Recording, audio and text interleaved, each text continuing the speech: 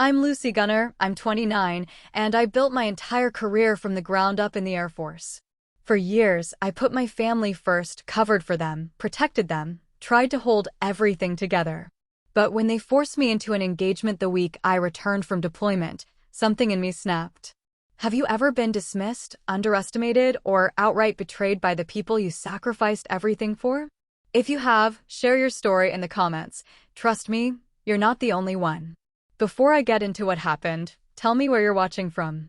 And if you've ever had to reclaim your voice after being pushed down, hit like and subscribe for more true stories about drawing the line and standing your ground. What unfolded next even I didn't see coming. I returned from deployment on a Tuesday afternoon. My parents picked me up from the base in their silver sedan, the same one they'd driven for 8 years, back when keeping up appearances still mattered more than admitting they couldn't afford the lease on the BMW. My mother, Elaine, reached for my uniform collar the moment I slid into the back seat, straightening an already straight name tape. "There," she said. "That's better." My father didn't look back from the driver's seat. "How was the flight, Lucy?" "Long standard." The conversation died there. We drove through town in silence, past the strip malls and gas stations I'd memorized as a teenager. Nothing had changed except the signs on the storefronts. Even the traffic lights seemed to hit red at the same intervals they always had. When we pulled into the driveway, my mother turned in her seat. "We're having a guest for dinner tomorrow night. Someone I'd like you to meet." I'd been home less than an hour. "Mom, I just got back. I need a few days to decompress." "It's just dinner, Lucy. Don't be dramatic." She said it lightly, but there was an edge underneath, familiar, honed over years of practice. "His name is Noah. He's a mechanic. Very polite. I think you'll like him." I didn't say I wanted to meet anyone. Well, I already invited him. She opened her door and stepped out, brushing invisible dust from her slacks. "Wear something nice. Not your uniform." That night, I unpacked in my old bedroom. The walls were still the same pale blue they'd been since high school, the bookshelf still crowded with participation trophies and yearbooks I'd never opened after graduation. My dress uniforms hung in the closet beside civilian clothes I hadn't worn in months. I sat on the edge of the bed and stared at my phone, scrolling through messages from people on base who actually knew me. People who didn't correct my uniform or arrange my social life without asking. Noah arrived the next evening at 1800 hours. My mother answered the door before I'd finished tying my shoes. I heard her voice from the kitchen, bright, performative, the tone she used when she wanted to impress someone. Come in, come in. Lucy's just finishing up. She's always running a little behind schedule." I wasn't. I was exactly on time. I walked into the living room and found a man standing near the couch, hands in his pockets, looking uncomfortable in a button-down shirt that didn't quite fit. He was tall, maybe 6'1", with dark hair that curled slightly at the edges. When he saw me, he smiled, uncertain, like he wasn't sure he was supposed to be there. "Hi," he said. "I'm Noah." "Lucy." I shook his hand. His grip was firm but not aggressive. Mechanic's hands calloused, clean under the nails despite the work he did. My mother appeared beside us with a tray of cheese and crackers no one had asked for. "Noah works at Jensen's Auto. He's been there for 3 years now. Very reliable." "Mom." "What?" "I'm just making conversation." She set the tray down on the coffee table and gestured toward the couch. "Sit, sit. Dinner will be ready in 20 minutes. We sat. Noah perched on the edge of the cushion like he was ready to bolt at any second. I didn't blame him. So I said, "How do you know my mom?" "She brought her car in a few weeks ago. Alternator issue." He glanced at my mother, who was hovering near the doorway. "I gave her a discount on the labor." "That's nice of you." "It wasn't a big deal." My mother smiled. "I told him he should meet you." I said, "My daughter just got back from overseas. She could use some normal company." "Mom, I'm fine." "Of course you are. But it doesn't hurt to have friends." She left the room before I could argue. Noah looked at me apologetically. "I'm sorry," he said quietly. "I didn't realize this was, set up like this." "It's not your fault." I leaned back against the couch. "She does this. She thinks if she arranges things, they'll just happen the way she wants." "Does it usually work?" Not really. He laughed short, surprised. Good to know. Dinner was awkward, but tolerable. My father asked Noah about his work, and Noah answered with the kind of careful politeness that suggested he'd been coached on what to say. My mother steered the conversation toward me whenever there was a lull, highlighting things I hadn't asked her to share: my promotion timeline, my deployment schedule, my plans for the future. She's being considered for a staff position, my mother said, cutting her chicken into precise, identical pieces. Isn't that right, Lucy? Maybe. It's not confirmed. But they mentioned it. They mention a lot of things. My father set down his fork. Your mother's proud of you. We both are. I didn't respond. Pride wasn't the word I'd use. They liked the idea of me in uniform, the structure, the respectability, the way it looked when they told their friends. But they'd never come to a single ceremony. Never asked what I actually did. Never treated my career as anything more than a talking point at dinner parties. After dessert, Noah stood to leave. My mother walked him to the door, thanking him for coming, insisting he visit again soon. I stayed at the table, stacking plates. He's nice, my mother said when she came back. Don't you think? He seems fine. Fine? She laughed.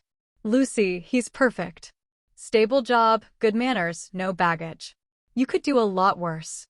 I'm not looking to do anything. You're 28 years old. You can't stay in the military forever. Why not? She didn't answer. She just picked up the plates I'd stacked and carried them to the sink. Over the next 2 weeks, Noah showed up 3 more times. My mother invited him to a barbecue. My father asked him to help fix the garage door. Each time, he was polite, helpful, and visibly uncomfortable with the attention. We'd talk in brief, surface-level exchanges, cars, weather, the base housing market. He never pushed, never assumed. But he also never explained why he kept coming back when it was clear my mother was orchestrating the whole thing. One evening, I found him outside on the porch, staring at his phone. He looked up when I opened the door. Sorry, he said. Your mom said I could wait out here. It's fine. I sat down on the steps beside him. You don't have to keep coming over, you know. I'm not going to be offended if you stop. He pocketed his phone. I don't mind. My mom's pretty intense. I've noticed. We sat in silence for a moment.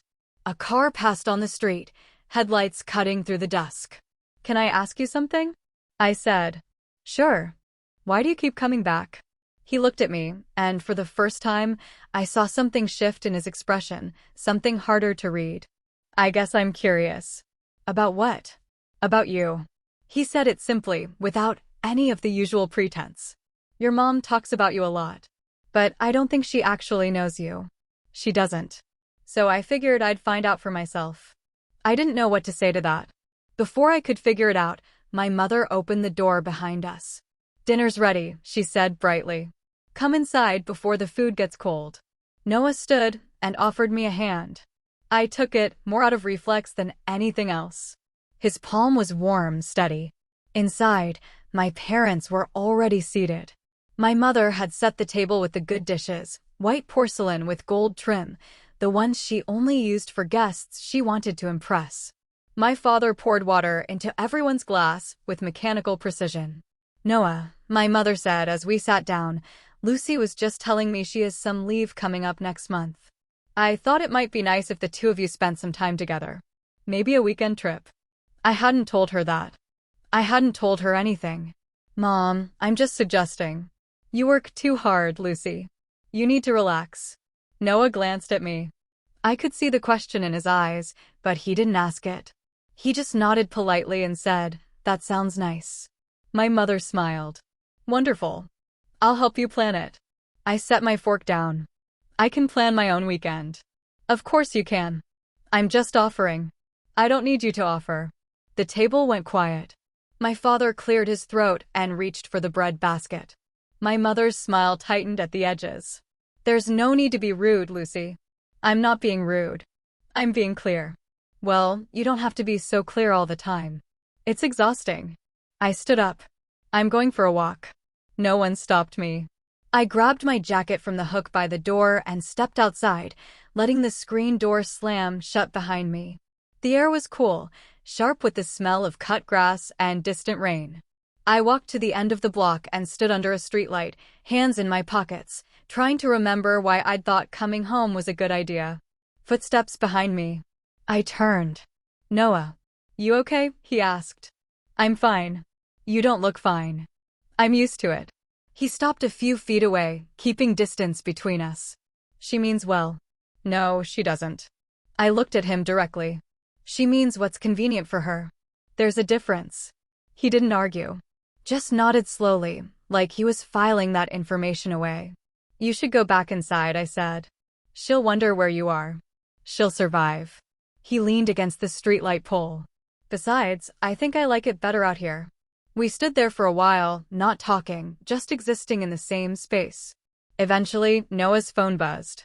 He pulled it out, glanced at the screen, and frowned. I have to go, he said.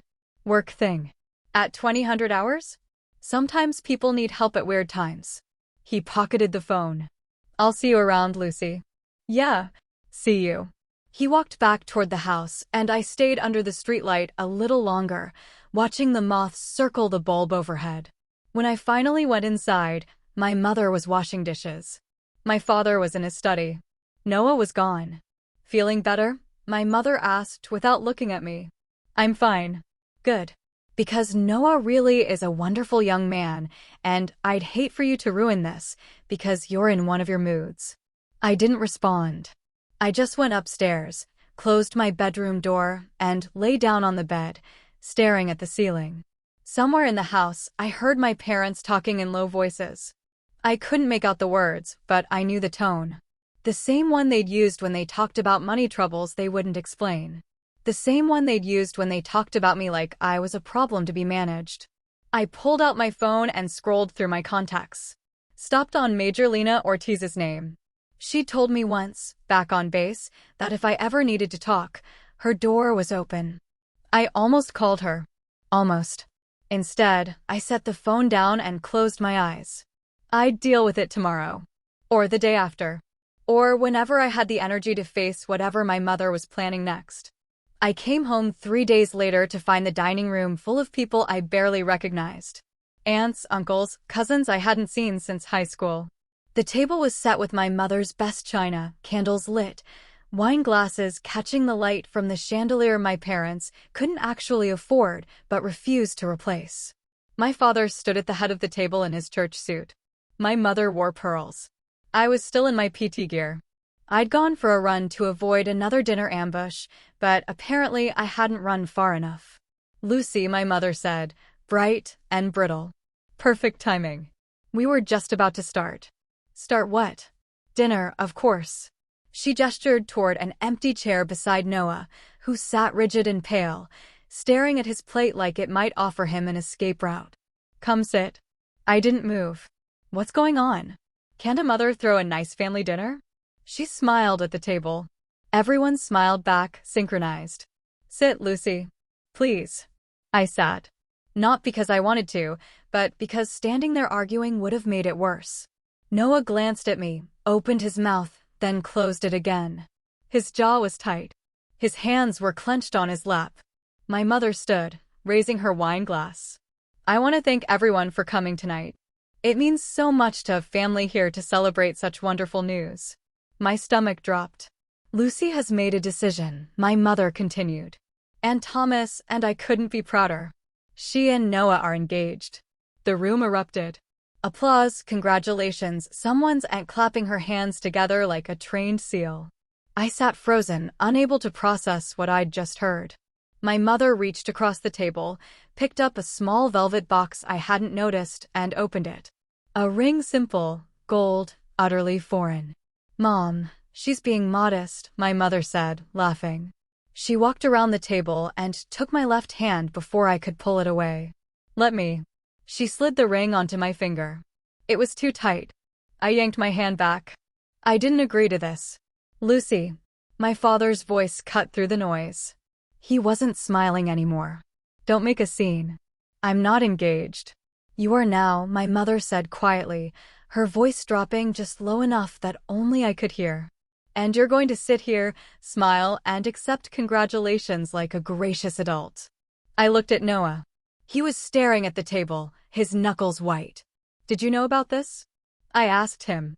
He didn't answer. Noah. He swallowed.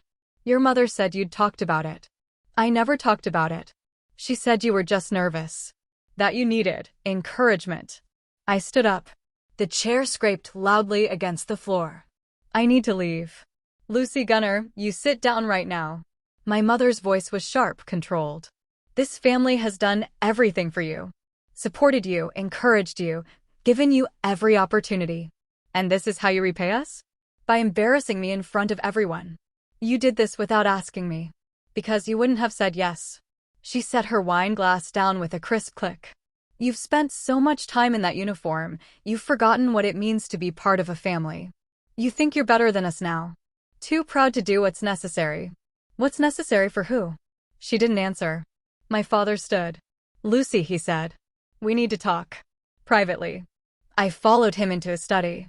He closed the door and leaned against his desk, arms crossed. For a long moment, he just looked at me, not like I was his daughter, but like I was a subordinate who'd disappointed him. Your mother and I are in trouble, he said finally. What kind of trouble? Financial. We made some investments that didn't pan out. We have debts. Significant ones. I stared at him. And you think marrying me off is going to fix that? Noah's family has money. Not a lot, but enough. If you marry him, it would smooth things over. Make introductions easier. Open doors. You're selling me. Don't be dramatic. He straightened his tie. This is about family. About doing your part. You've been gone for years, Lucy. You've built your life, your career. Now it's your turn to help us. By marrying someone I barely know. By making a smart decision for once. His voice hardened.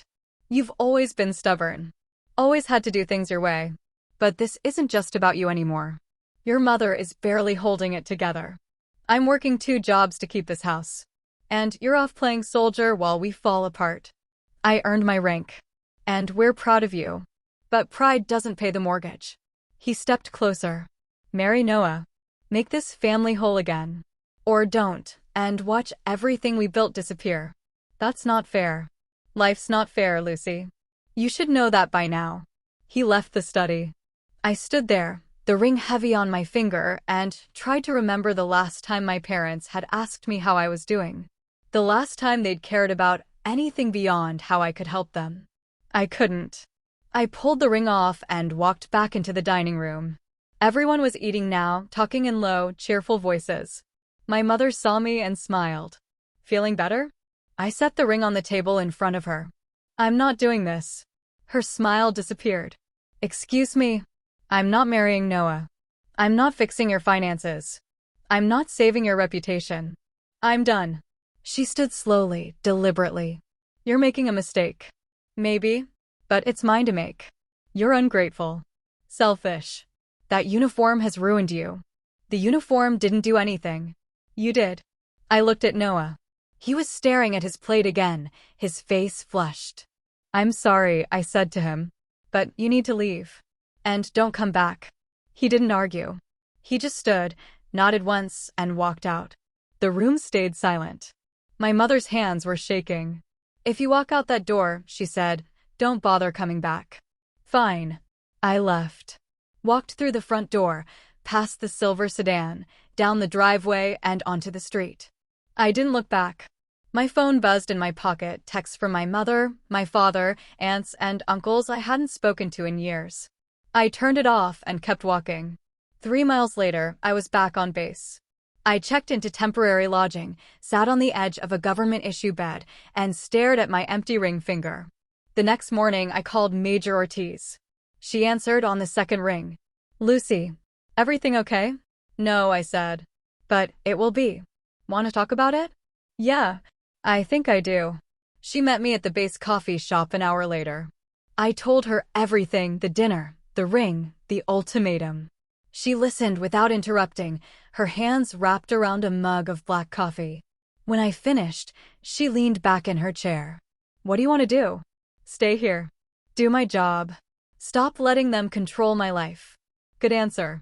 She set her mug down. You know they're going to keep pushing, right? People like that don't stop just because you say no. I know. And you're ready for that? I thought about the ring. The dinner. My father's cold, transactional logic. Yeah, I'm ready. She nodded.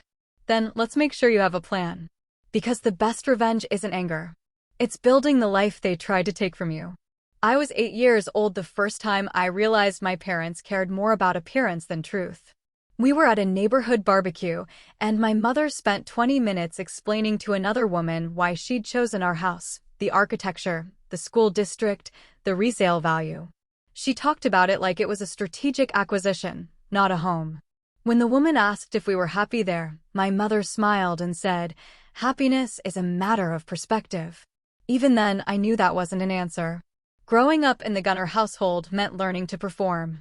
My mother choreographed our lives like a stage production. The right clothes, the right schools, the right extracurriculars. My father provided the funding and the silent disapproval whenever something didn't meet his standards. I learned early that love, in their world, was conditional. You earned it by being useful. I tried. God knows I tried.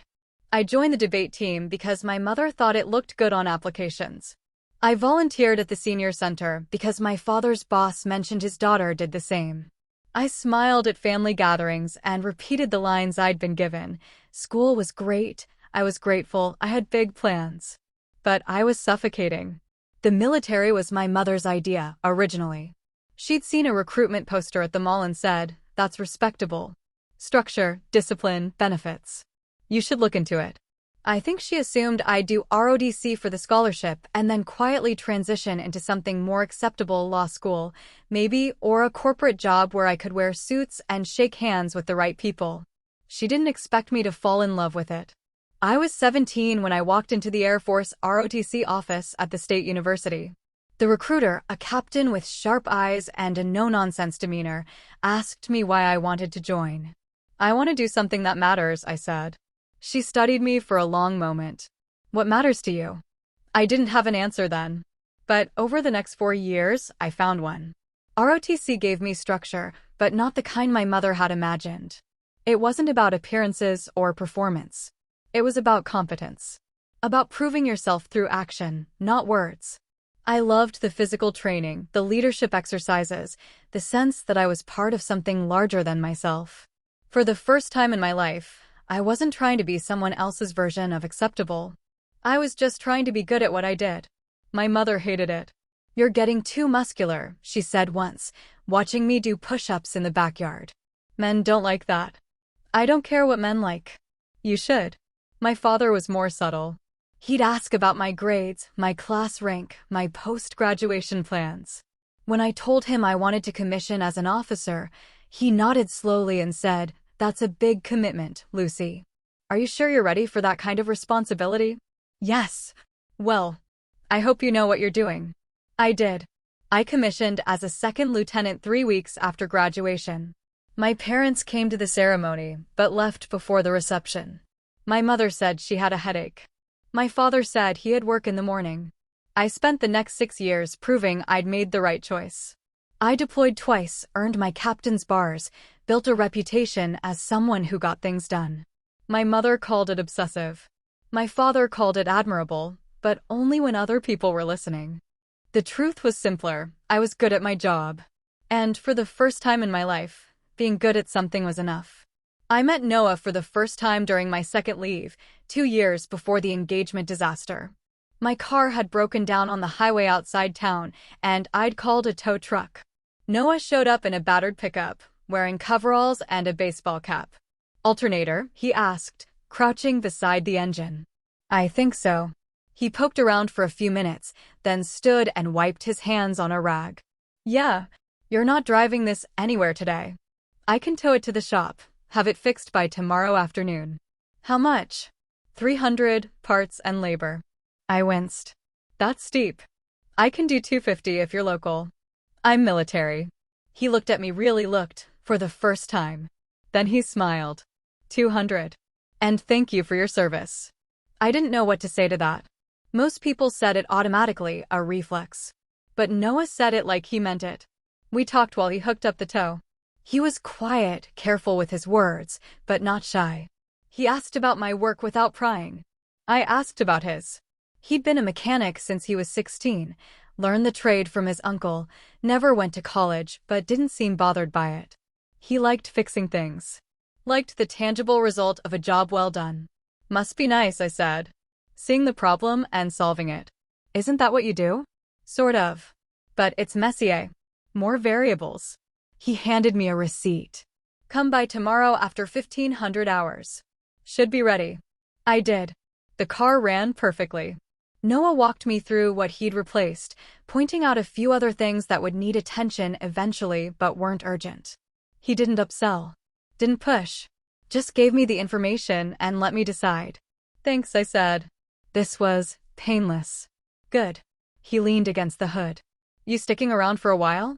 A few more days.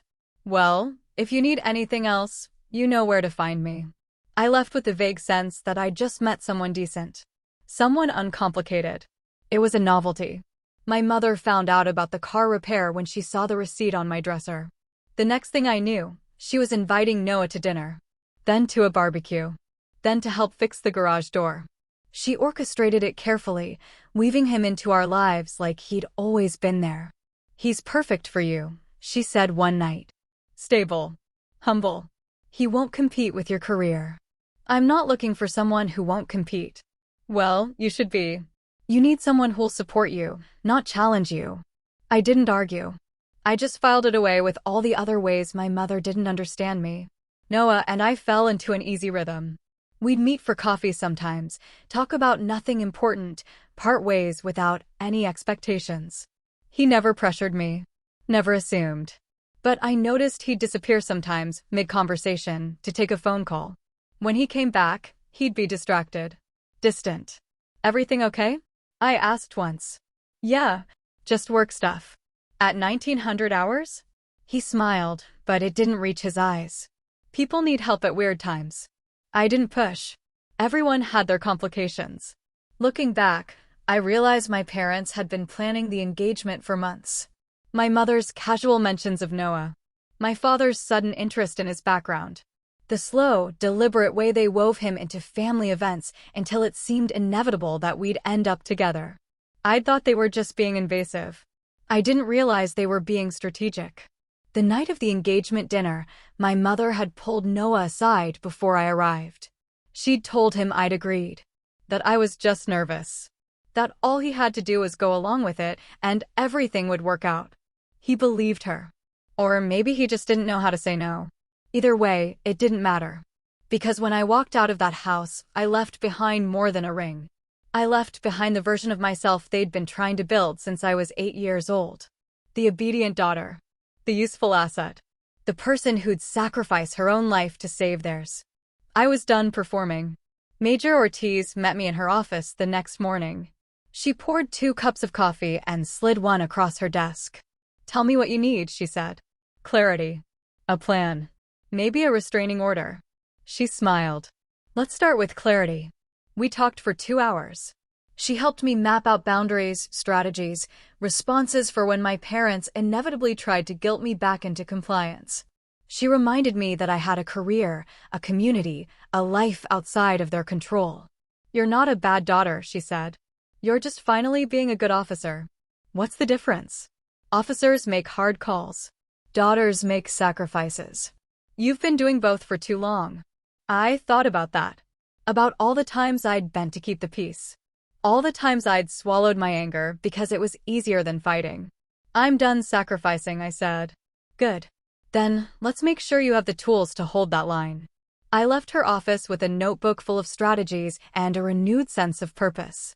My parents could threaten, manipulate, or disown me. But they couldn't take away what I'd built. And they couldn't make me someone I wasn't.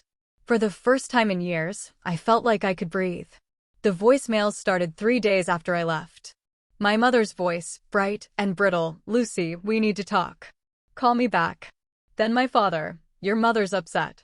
You owe her an apology. Then my mother again, sharper this time, you're being childish. This is bigger than you.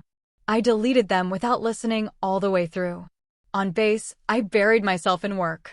My squadron was prepping for a joint training exercise, and I threw myself into logistics, briefings, equipment checks.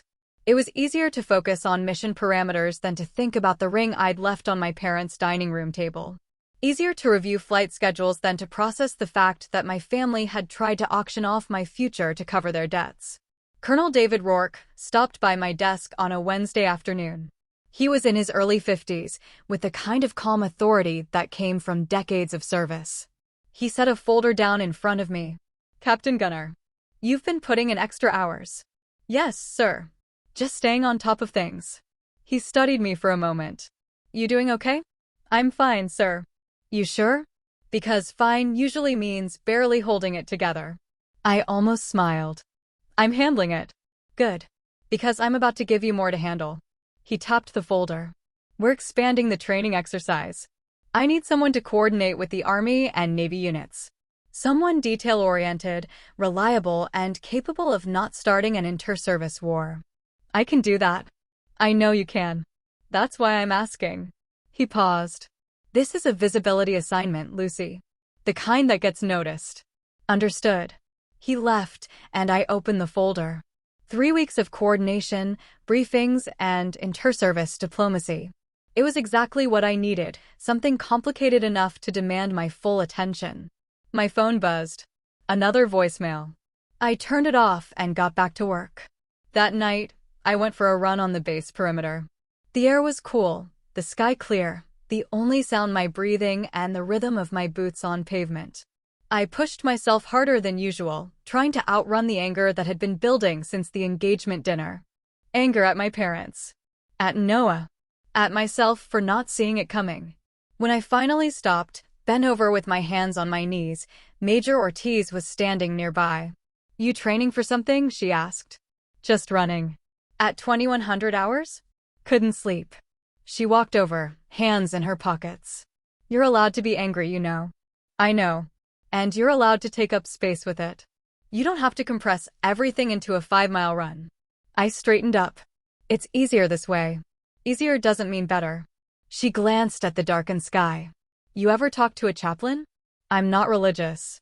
"Doesn't matter. They're good listeners. And sometimes it helps to say things out loud to someone who's not going to judge you for it." I nodded, even though I had no intention of going. I'd spent my entire life keeping things contained. I wasn't about to spill my guts to a stranger just because it was therapeutic. But Ortiz wasn't finished. "Your parents are going to keep pushing. You know that, right?" "Yeah. And they're going to use guilt, obligation, family loyalty, all the tools that worked on you before. You need to be ready for that." "I am." "Are you?" She turned to face me directly. "Because the version of you that walked out of that dinner is not the same version that's going to hold the line when your mother shows up crying or your father plays the 'we sacrificed everything for you' card. You need to know right now what your boundaries are. And you need to be willing to enforce them." I didn't answer right away. I thought about my mother's voice on the voicemail. The tightness in my father's tone. The way Noah had sat there, complicit and silent. "I won't go back," I said finally. "Good. Remember that when they make it hard." She left me standing there, the night air cold on my skin, my heart still pounding from the run. I walked back to my quarters slowly, letting the adrenaline fade, trying to figure out what came next. The answer came 2 weeks later. I was in a briefing with Colonel Rourke and his deputy when he paused mid-sentence and looked at me.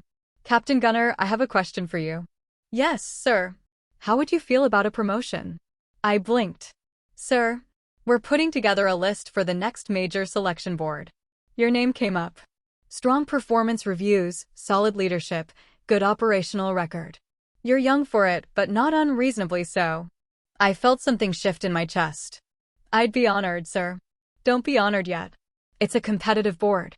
But you've got a good shot." He closed the folder in front of him. "Keep doing what you're doing. And keep your nose clean." "Yes, sir." I left the briefing in a daze. Major. 04. It was the kind of career milestone that most officers didn't hit until their early 30s. I was 28. If I made the cut, it would validate every choice I'd made since commissioning. Every sacrifice, every deployment, every moment I'd chosen my career over my family's expectations. My phone buzzed. Another voicemail. I almost deleted it. But something made me listen. It was Noah. Lucy, I know you don't want to hear from me. I get it. But I need to talk to you. Not about your parents. About me. There are things I didn't tell you. Things I should have. I'll be at Jensen's Auto tomorrow at 1400 hours if you want to talk. If not, I understand. But I owe you an explanation. I saved the voicemail and stared at my phone. Part of me wanted to delete it and move on. But another part, smaller, quieter, wanted to know what he hadn't told me. What he'd been hiding behind those vague phone calls and careful deflections. The next day, I drove to Jensen's Auto. It was a small shop on the edge of town, the kind of place that survived on word of mouth and repeat customers. Noah was in the garage, working on an engine. He looked up when I walked in and set down his wrench. You came. I'm here for answers. Not forgiveness. Fair enough. He wiped his hands on a rag and gestured toward a small office in the back. Can we talk privately? I followed him. The office was cluttered, invoices, parts catalogs, a coffee maker that looked older than I was. He closed the door and leaned against the desk. I lied to you, he said. Not directly. But by omission. About what? My family. My background. Why I'm here. I crossed my arms. Keep going. He took a breath. My family has money. A lot of it. My grandfather built a logistics company from nothing, and my father expanded it into shipping, real estate, private equity. By the time I was born, we were worth more than most people see in a lifetime. I stared at him. You're rich. My family's rich. I'm not. What's the difference? I left. He said it simply, without drama. When I was 22, I told my father I didn't want any part of it. The board meetings, the networking, the endless performance. I wanted to work with my hands. Build something tangible. He said if I walked away, I was on my own. So I did. And you ended up here. I ended up a lot of places. But yeah, eventually I landed here. I processed that. Why didn't you tell me? Because it didn't matter. I wasn't lying about who I am now. I fix cars. I live in a small apartment. I don't have access to my family's money, and I don't want it. But my parents knew. He hesitated. I think your mother found out somehow. Maybe she looked into me. Maybe someone told her. I don't know. But she approached me about a month before that dinner and said you'd mentioned wanting to settle down. That you were just nervous about bringing it up. She said if I played along, it would make things easier for everyone. And you believed her. I wanted to. He met my eyes. I liked you, Lucy. I thought maybe she was right. That you just needed a push. I didn't need a push. I needed honesty. I know that now. We stood in silence for a moment. Outside, someone was revving an engine. The smell of oil and metal hung in the air. I'm not going to forgive you, I said. I'm not asking you to. But I appreciate you telling me. He nodded. For what it's worth, I'm sorry. Not just for the dinner. For not being straight with you from the beginning. I turned to leave, then stopped. Noah. Yeah, don't let my mother manipulate you again. You're better than that. I left before he could respond. Drove back to base, checked my messages, and got back to work. The promotion board results wouldn't be out for another 3 months. Until then, I had a job to do. And for the first time in weeks, I felt like I was finally doing it on my own terms. My mother showed up at the base 2 months later. Security called me from the main gate at 10:00 hours on a Saturday morning. Captain Gunner, we have an Elaine Gunner here requesting to see you. She's not on your approved visitor list. I closed my eyes. Tell her I'm not available. She's insisting it's urgent, ma'am. It's not. Please ask her to leave. There was a pause. She's saying she'll wait. Then she'll be waiting a long time. Thank you, Airman. I hung up and sat on the edge of my bed, staring at the wall. I'd known this was coming. Ortiz had warned me. But knowing didn't make it easier. My phone rang. My mother. I let it go to voicemail. It rang again. I turned it off. 20 minutes later, there was a knock on my door. I opened it to find Major Ortiz standing there, arms crossed. Your mother's at the gate. I know. She's telling the guards she needs to see you. Medical emergency.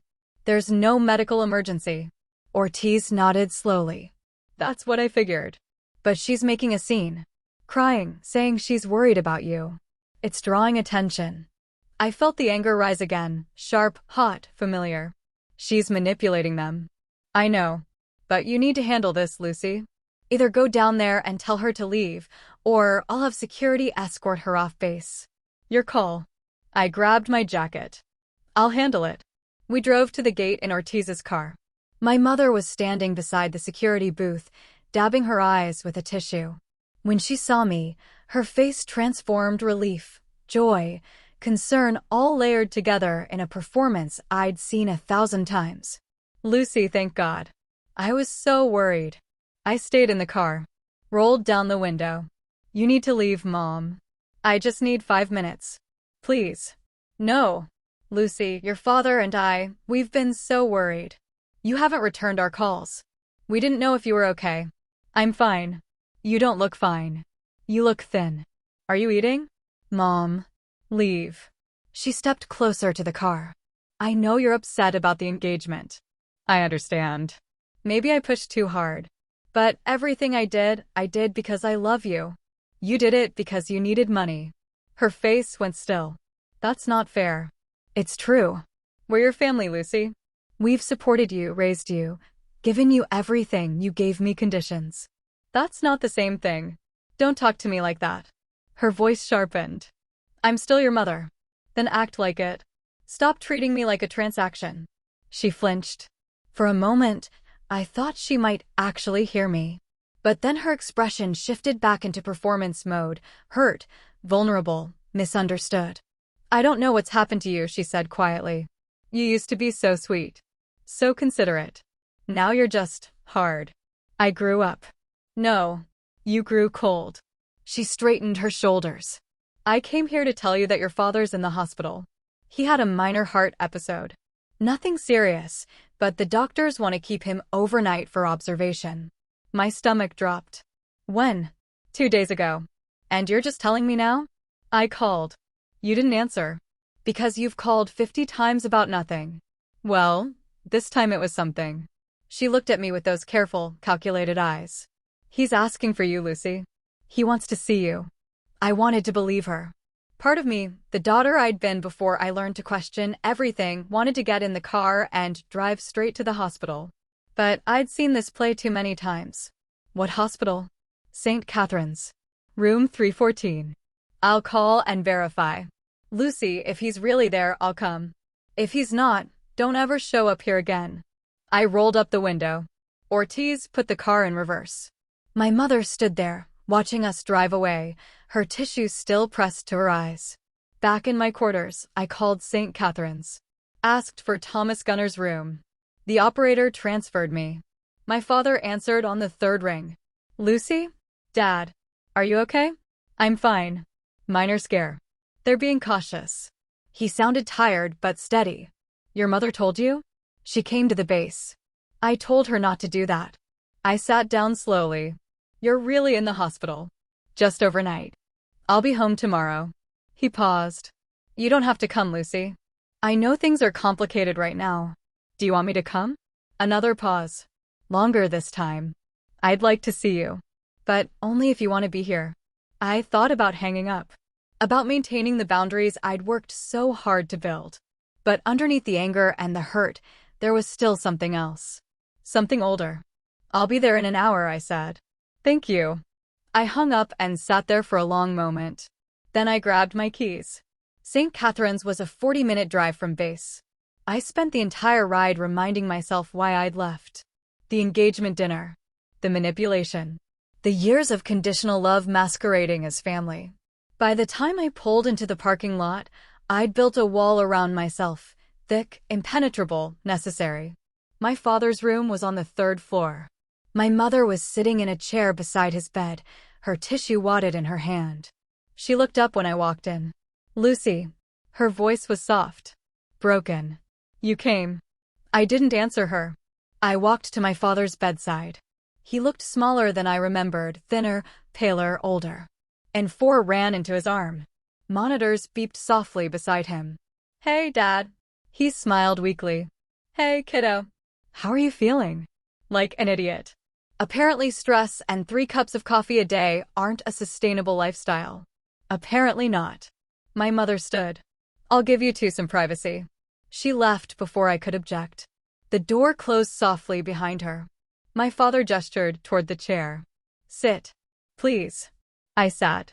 We didn't speak for a moment. The monitors filled the silence. I'm sorry, he said finally. For what? For the dinner. For the way your mother handled things. For not stopping it. You didn't just not stop it. You supported it. You told me it was my duty to save the family. He closed his eyes. I know. So what changed? Nothing changed.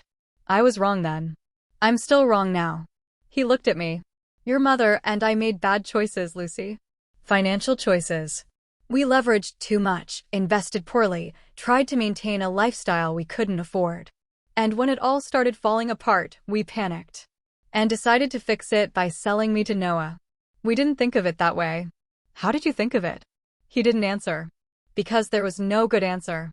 Noah's family has connections, he said quietly. Resources. Your mother thought if you married him, it would open doors. Business opportunities. Ways to stabilize what we'd lost. And you went along with it. I did. Why? Because I was scared. He said it simply, without defensiveness. Scared of losing everything. Scared of admitting I'd failed. Scared of what it would mean if people found out we were broke. So you were willing to sacrifice me to protect your reputation. Yes. He met my eyes. And I'm ashamed of that. I sat back in the chair. Outside, a helicopter passed overhead, medevac, probably, heading to the trauma center across town. I watched it through the window until it disappeared. I can't forgive you yet, I said. I'm not asking you to, but I appreciate you being honest. He nodded. For what it's worth, I'm proud of you. The career you've built. The person you've become. I know I don't say it enough. Or ever really. But it's true. Thank you. And I'm sorry I made you feel like you weren't enough. Like you had to be useful to be loved. You deserved better than that. I felt something crack in my chest. Not breaking, just shifting. Making room for something I hadn't allowed myself to feel in a long time. I'm being considered for major, I said. His face lit up. Lucy. That's incredible. It's not confirmed yet. But Colonel Rourke seems to think I have a shot. Of course you do. You're exceptional. I almost smiled. You're biased. I'm your father.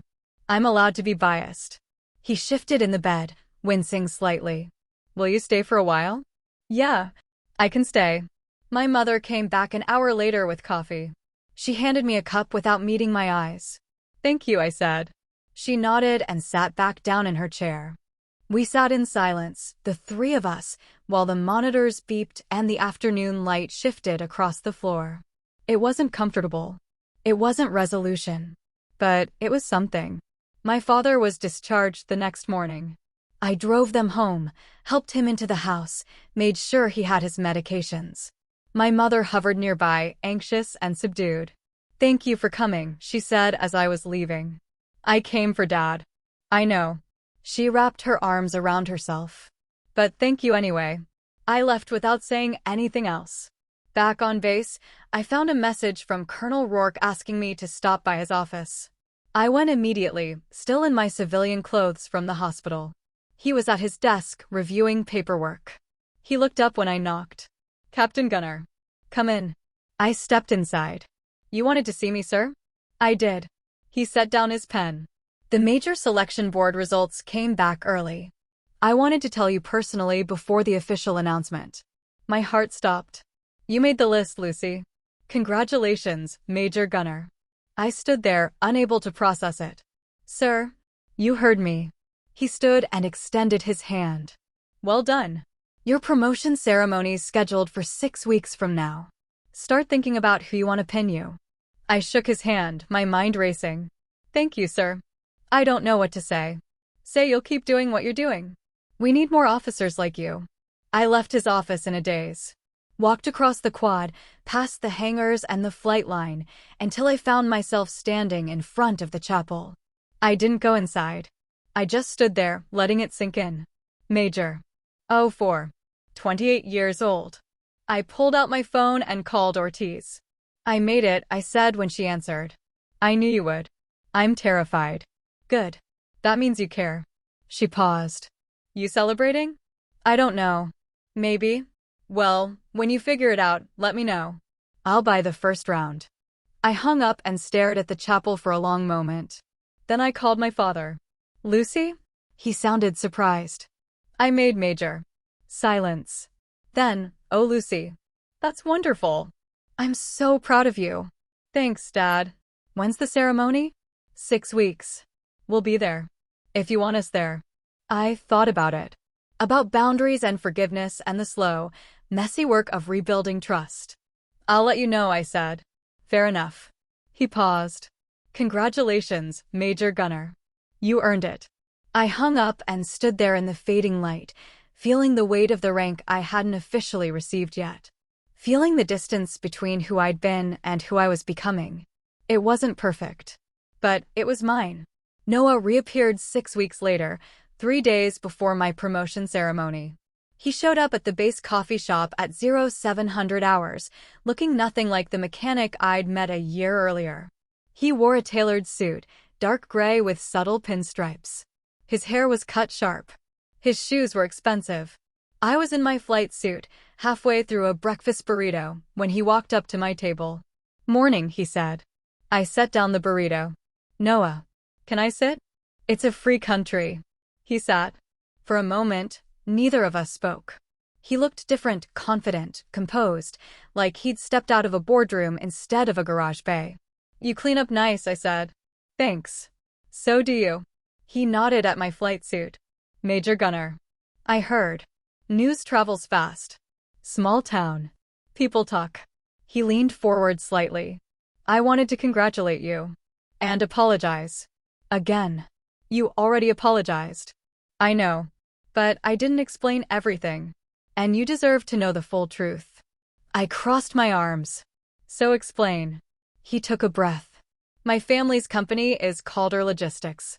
You've probably seen our trucks' blue and white, nationwide fleet. My grandfather started it in the 70s. By the time my father took over, it was worth about $200 million. Now it's closer to $1 billion. I stared at him. $1 billion. Give or take. He said it without pride or apology. Just fact. When I left, I told my father I didn't want any part of it. He said if I walked away, I'd get nothing. No trust fund, no connections, no safety net. So I left with what I had in my savings account and started over. And ended up fixing cars. I like fixing cars. It's honest work. You see the problem, you solve it, you move on. No politics, no posturing. Just competence. I picked up my coffee. So why are you telling me this now? Because I'm going back. I looked at him. Back to your family? Back to the company. My father had a stroke 3 months ago. He's recovering, but he can't run things anymore. The board asked me to step in. I've been transitioning back slowly, relearning the business, rebuilding relationships. It's why I've been gone. You could have told me. I wanted to, but I didn't know how. And after the engagement disaster, I figured you'd never want to hear from me again. I almost didn't. He nodded. I don't blame you. He paused. But I'm not here to ask for forgiveness or a second chance. I'm here to tell you the truth and let you decide what you want to do with it. What do I want to do with it? I don't know. That's up to you. He stood. But I'm not hiding anymore, Lucy.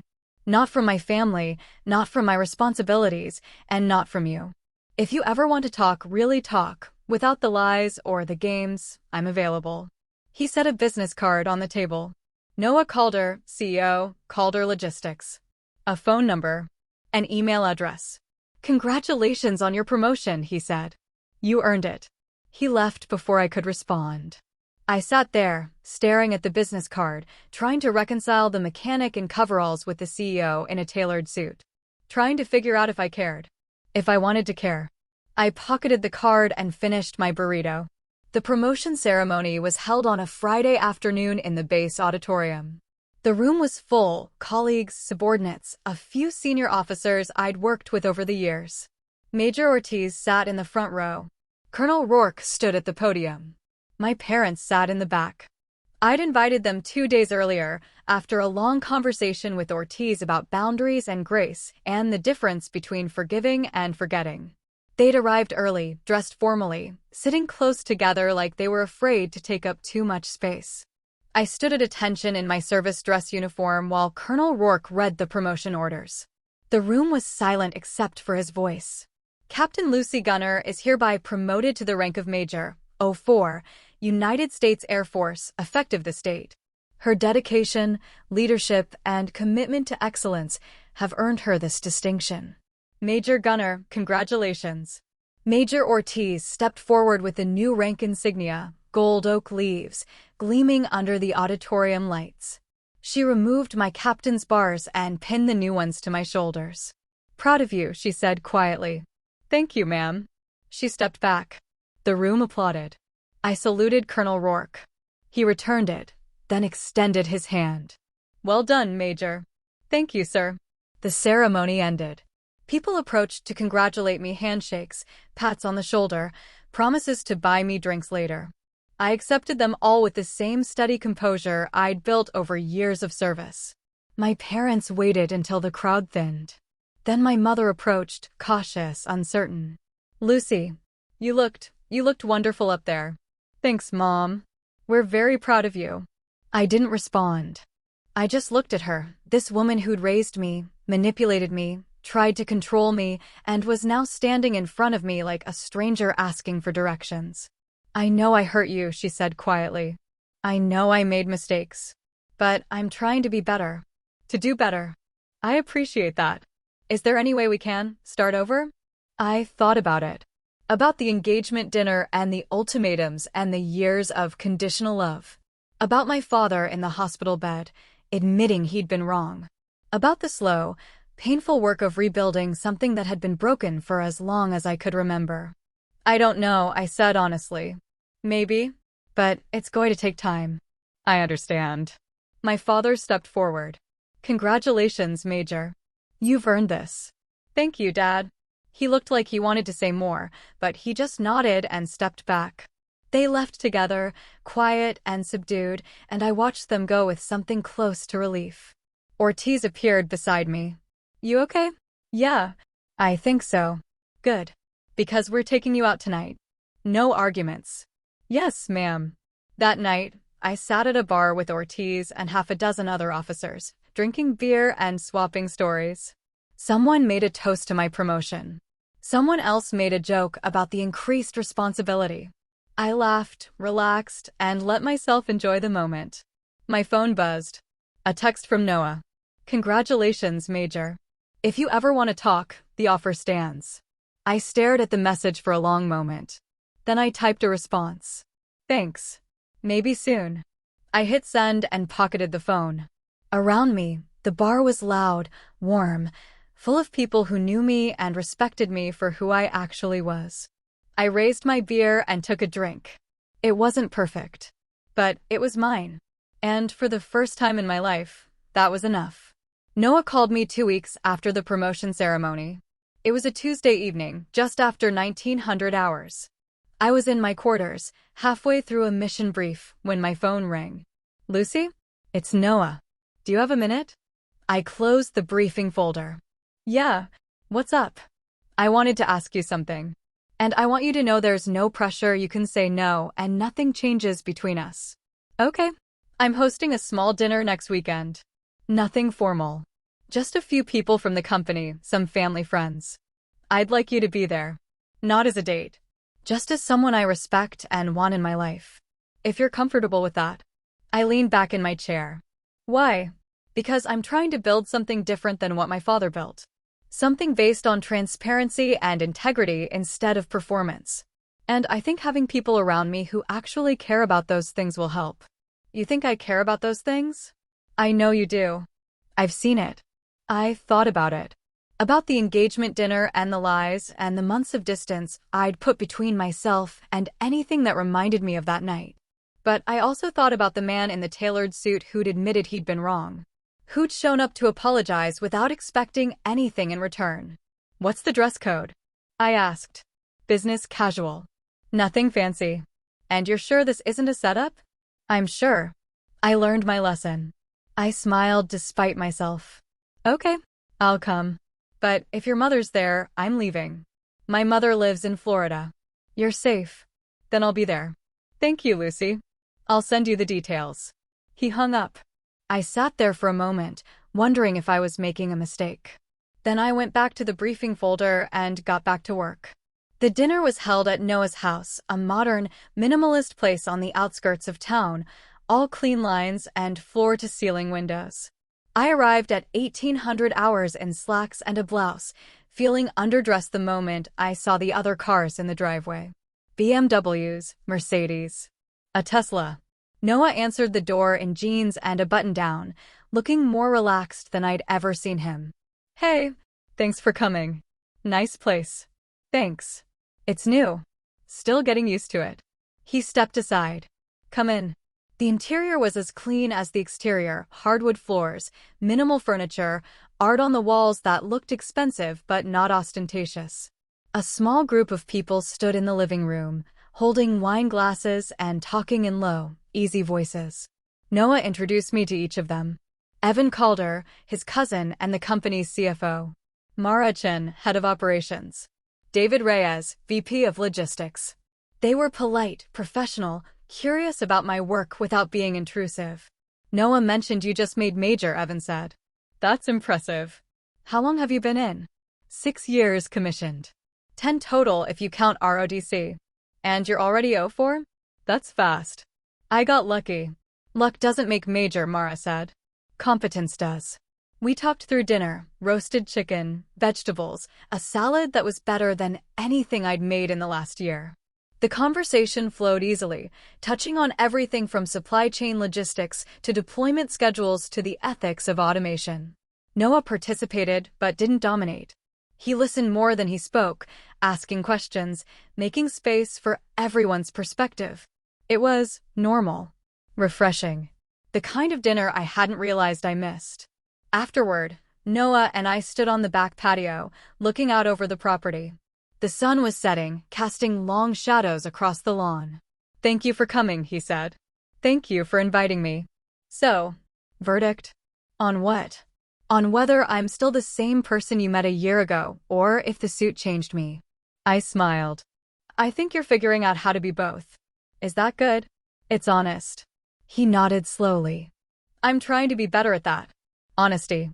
Transparency. Not hiding behind what's convenient. How's it going? It's harder than I thought. But necessary. He glanced at me. Can I ask you something? Sure. Do you think there's a version of this where we're friends? Not romantically. Just people who respect each other and show up when it matters. I thought about it. About the engagement dinner and the months of silence and the slow, cautious way we'd been circling each other ever since. Yeah, I said. I think there is. Good. Because I'd like that.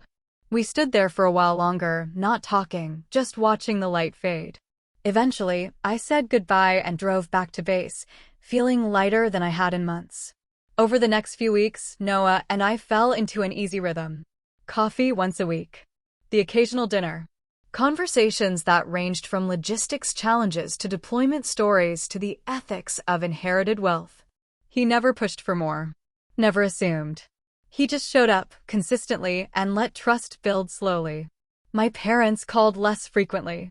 When they did, the conversations were shorter, more careful. My mother stopped trying to orchestrate my life. My father asked about work without turning it into a lecture. It wasn't perfect, but it was progress. One evening, Noah asked me to consult on a logistics problem the company was facing. I spent 2 hours reviewing their supply chain models and suggested a few adjustments based on what I'd learned coordinating inter-service operations. A week later, Evan called to say they'd implemented my recommendations and saved 15% on transport costs. You should do this professionally, he said. I have a job. I meant after. When you retire. We could use someone with your skill set. I laughed. I just made major. I'm not thinking about retirement yet. Fair enough. But the offer stands. I told Noah about it later. He smiled. Evan's not wrong. You're good at this. I'm good at a lot of things. I've noticed. We were sitting in his living room, reviewing a presentation he was giving to the board the next day. He'd asked for my feedback, and I'd given it direct, specific, constructive. He'd taken notes without defensiveness. "Can I ask you something?" I said. "Always. Why did you really come back? To the company, I mean. It wasn't just your father's stroke." He set down his notes. "No, it wasn't." He paused, choosing his words carefully. "I left because I thought the company represented everything I didn't want to be. Performative. Transactional. Built on relationships that only existed because of money. But after my father's stroke, I realized something." "What?" "That I could either let the company stay that way, or I could change it.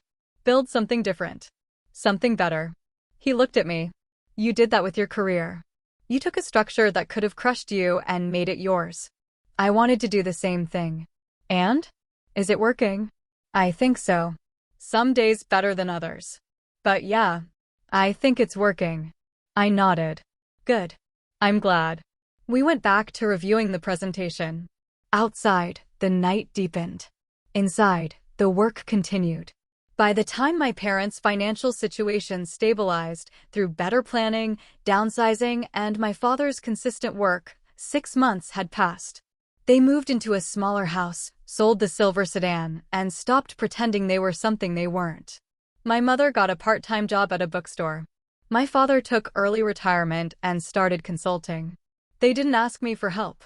Didn't try to guilt me into fixing their problems. They just handled it. When I visited them in their new house, my mother made tea and served it in mismatched mugs. No performance. No pretense. "It's smaller," she said. "But it's ours. Actually ours." "It's nice, Mom. Thank you for not saying I told you so." I smiled. "I thought it. But I didn't say it." She laughed real unguarded. "Fair enough." My father appeared from the garage, wiping his hands on a rag. "Lucy, good to see you." "You too, Dad. How's work?" "Busy. Good busy. That's the best kind." We sat on their small patio, drinking tea, talking about nothing important. It wasn't the relationship I'd wanted as a kid. But it was the one we had now. Honest. Bounded. Real. When I left, my mother hugged me, brief, careful, sincere. "Thank you for not giving up on us," she said. "I didn't do it for you. I did it for me." "I know. But thank you anyway." I drove back to base, windows down, music low. My phone buzzed. A text from Noah. "Board meeting went well. Your notes helped. Dinner this weekend?" I typed back, "Sure. Your place or mine?" "Yours. I'll bring food." I smiled and pocketed the phone. It wasn't the life I'd imagined. But it was the one I'd built. And for the first time in my life, that felt like exactly enough. The wedding was my idea. Not because I needed a ceremony, but because I wanted one. On my terms. With people who mattered. In a place that meant something. Noah and I had been seeing each other, carefully, deliberately, for 8 months when I brought it up.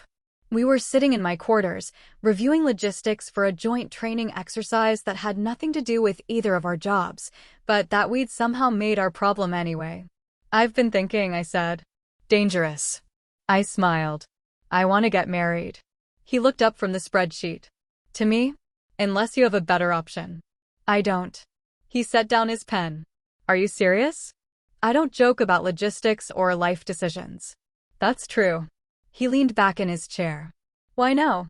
"Because I'm sure. Because I'm tired of being careful. Because I want to build something with someone I actually trust." I met his eyes. "And because I'm not asking permission. I'm asking if you want to do this." He smiled, slow, genuine. "Yeah, I want to do this." "Good. Then let's plan it." We got married 4 months later on a Saturday afternoon in a small chapel on base. No grand cathedral. No 500 guests. No performance. Just a simple ceremony with the people who actually mattered. Major Ortiz stood beside me as my maid of honor. Colonel Rourke attended, along with a handful of colleagues from my squadron. Evan Calder served as Noah's best man, flanked by a few executives from the company who'd become friends over the months. My parents sat in the 3rd row. My mother wore a simple blue dress. My father wore his church suit. They didn't cry, didn't make a scene. They just sat quietly, holding hands, watching their daughter marry a man they'd once tried to use as a bargaining chip. The ceremony was short. The chaplain spoke about commitment and partnership and the courage it takes to build a life with someone. Noah and I exchanged vows we'd written ourselves, simple, clear, honest. I promise to show up, I said. To be honest. To build something real with you, even when it's hard. I promise the same, Noah said. And to never let anyone, including myself, treat you like anything less than who you are. We exchanged rings, kissed, turned to face the room. The reception was held in a small event space near base. String lights, simple food, a playlist Noah and I had argued over for 3 weeks until we finally agreed on something that made neither of us cringe. People danced. People talked. People ate cake. I found my parents near the back, standing slightly apart from the crowd. My mother was watching the room with careful eyes. My father had his hands in his pockets. Thanks for coming, I said. Of course, my mother said. We wouldn't have missed it. Wouldn't you? She flinched, then nodded slowly. You're right. A year ago I might have. But not now. Not after everything. I'm glad you're here. So are we. My father glanced at Noah, who was talking with Evan across the room. He's a good man, Lucy. I'm sorry I didn't see that before. You didn't want to see it. You wanted to use it. I know. He looked at me directly. But I see it now. And I'm glad you found someone who deserves you. I didn't know what to say to that. So I just nodded and walked away. Later, after the first dance and the toasts and the cake cutting, I stood at the microphone near the DJ booth. The room quieted. I want to thank everyone for being here, I said. This isn't the wedding I imagined as a kid. It's better. Because it's real. Because everyone in this room respects what Noah and I are building. And because we're doing this on our terms. I looked at my parents. I spent a lot of my life trying to be what other people needed. Trying to fit into roles that didn't fit. Trying to earn love by being useful. But the military taught me something important. You don't earn respect by being convenient. You earn it by being confident. By showing up. By doing the work. My mother was watching me, her expression unreadable. I'm not here to punish anyone or prove anything, I continued. I'm here because I chose this. I chose Noah. I chose this life. And I'm asking everyone here to respect that choice, not because you think it's right, but because it's mine. The room was silent. Then Noah stepped up beside me. And because she's terrifying when she's right. The room laughed. The tension broke. I stepped away from the mic. The music started again. People went back to dancing. As I walked toward the exit to get some air, I saw them through the window, 4 black SUVs pulling up to the parking lot. Sleek. Professional. Unmistakable. I glanced at Noah. He shrugged. I told you my security team was coming. You didn't tell me they drove like a presidential motorcade. I thought it would be subtle. It's really not. The SUVs parked. 6 men in dark suits stepped out, professional, alert, scanning the perimeter with practiced efficiency. They took positions around the venue, unobtrusive but visible. Inside, the room had gone quiet again. Everyone was staring out the windows. My mother stood near the back, her face pale. My father stood beside her, mouth slightly open. Lucy, my mother said quietly. What is this? Noah's security team. I thought he was a mechanic. He was. He's also a CEO. And apparently, people try to kidnap CEOs sometimes. Evan appeared beside me, grinning. We tried to tell him it was overkill for a wedding. He insisted. I like being prepared, Noah said. The room stayed silent for another moment. Then Ortiz started laughing loud, genuine, the kind of laugh that breaks tension like glass. Others joined in. The music started again. My parents stayed where they were, staring at the SUVs, finally understanding who Noah really was. What they'd tried to control. What they'd almost ruined. I walked over to them. Mom. Dad. Meet my husband. My mother looked at me. You knew. Of course I knew. And you didn't tell us. Why would I? You didn't care who he was. You just cared what he could do for you. She opened her mouth. Closed it. Then nodded slowly. You're right. I know. My father extended his hand to Noah.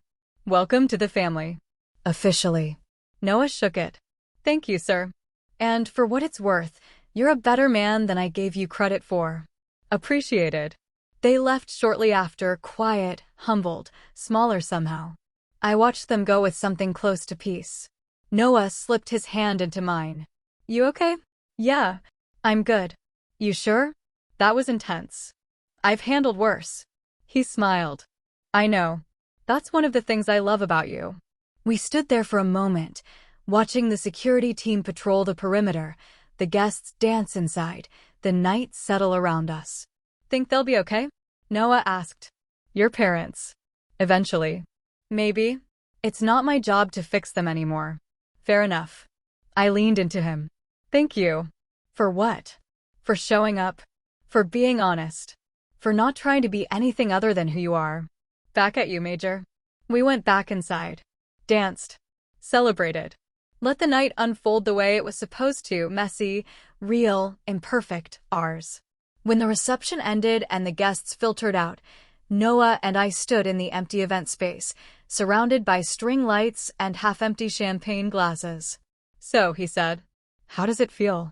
How does what feel? Being married to a secret billionaire. I laughed. You're not that secret. You have a motorcade. Fair point. But to answer your question, it feels good. Not because of the money or the security team or any of that. Just because it's you. He kissed me soft, unhurried, certain. I love you, Lucy Gunner. I love you too, Noah Calder. We left the venue hand in hand, walking past the black SUVs, past the security team, past the remnants of a night that had been exactly what we needed it to be. Behind us, the lights dimmed. The music stopped. The chapter closed. And ahead of us, the rest of our lives stretched out unknown, uncertain, entirely ours to build. I thought about the engagement dinner. The ring I'd refused. The family I'd walked away from. The rank I'd earned. The man I'd chosen. Power, I realized, wasn't something you inherited or performed or extracted from other people. Power was choosing your own life. And standing by that choice, no matter what came next. I'd made my choice. And I'd never been more certain of anything in my life. Thanks for sticking with me through this. Now I want to hear from you. Have you ever had to walk away from family expectations, a toxic relationship, or a situation where people tried to control your life? What moment made you finally choose yourself? Drop your story in the comments. If this hit home, tap like, subscribe, and share it with someone who needs the reminder that their life is theirs to live.